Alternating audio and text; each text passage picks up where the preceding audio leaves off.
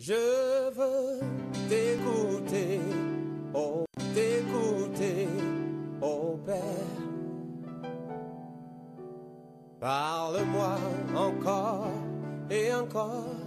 Peuple de Dieu, il est temps de vous réveiller. Il est temps de s'accrocher à la parole de Dieu. Bien-aimé, Dieu nous a laissé une seule parole.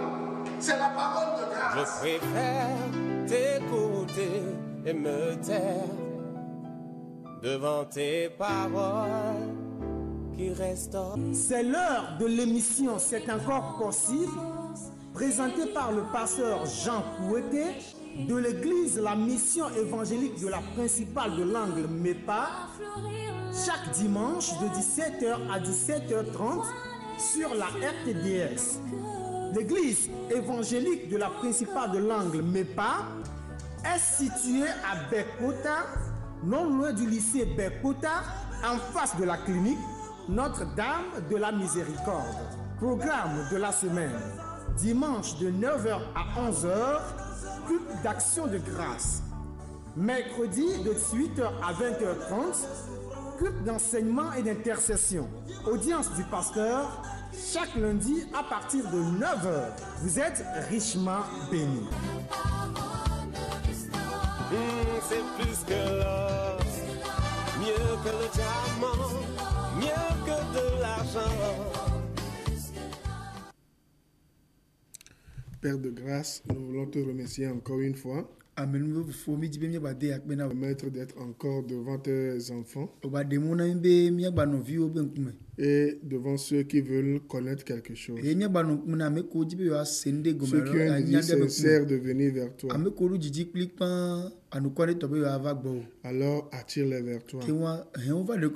Fais-leur du bien. Au nom de Jésus-Christ. Amen. Amen.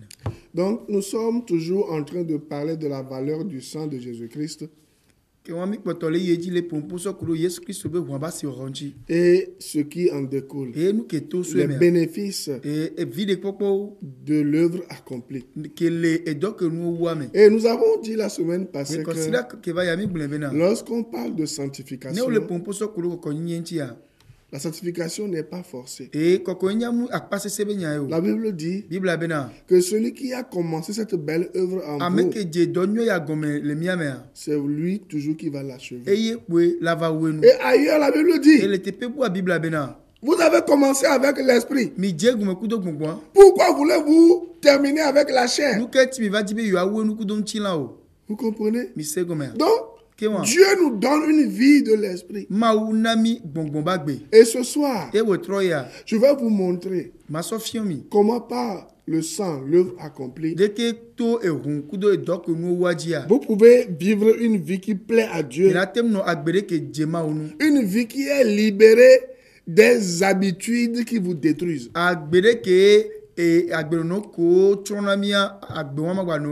Vous comprenez? Dieu veut délivrer les humains des habitudes destructrices. Vous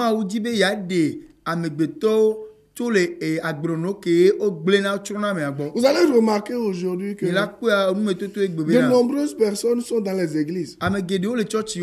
Mais c'est des gens qu'on soumet tout le temps aux séances de délivrance. Délivrance des péchés générationnels, délivrance des péchés de tous les jours, délivrance des habitudes bizarres. Mais on ne leur montre pas que c'est la foi en l'œuvre accomplie qui libère complètement. Amen. Donc, il y a des personnes sincères qui veulent être délivrées des habitudes qui détruisent leur vie.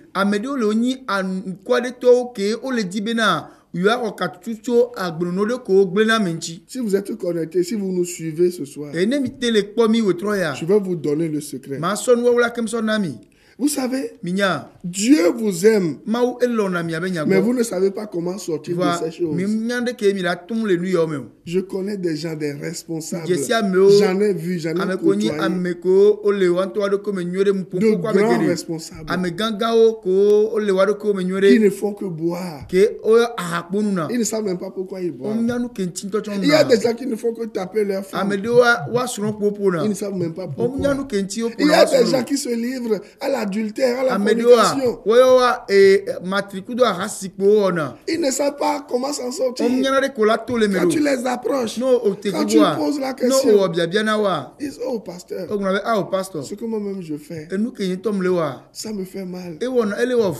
Si je suis seul, je pleure, je veux m'en sortir, mais je ne sais pas comment faire. J'ai assisté aux séances de délivrance. Même je quitte ces séances de délivrance et je vais toujours boire. Je me retrouve dans le lit d'un homme. J'appelle une femme. Et pourtant, pasteur, je ne sais pas comment faire. Laissez-moi vous dire que c'est parce que vous dépendez encore des œuvres de la loi que vous êtes dominé par ces habitudes qui vous détruisent.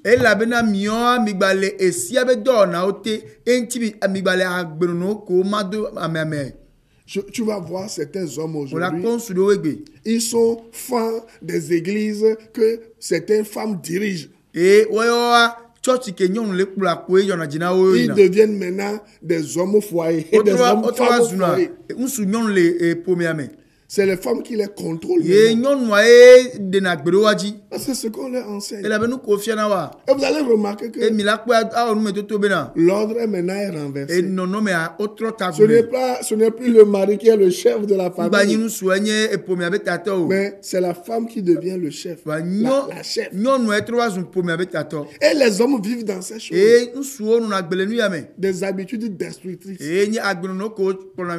Pourquoi? Parce que les fondements sont renversés. Mais moi je vais vous dire, c'est parce que vous ne connaissez pas encore la justice de Dieu. Vous ne connaissez pas encore la justice qui vient de Christ. En dehors de la justice qui vient de Jésus-Christ, toute œuvre humaine qui a pour nom le salut ou la délivrance est vouée à l'échec. Donc,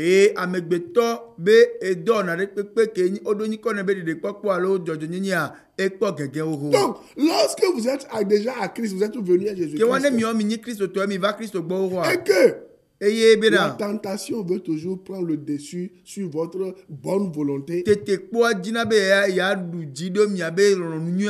confessez que vous êtes la justice de Dieu. La Bible n'a-t-elle pas dit que Christ a fait de nous sa justice et qu'il nous a aussi donné sa justice?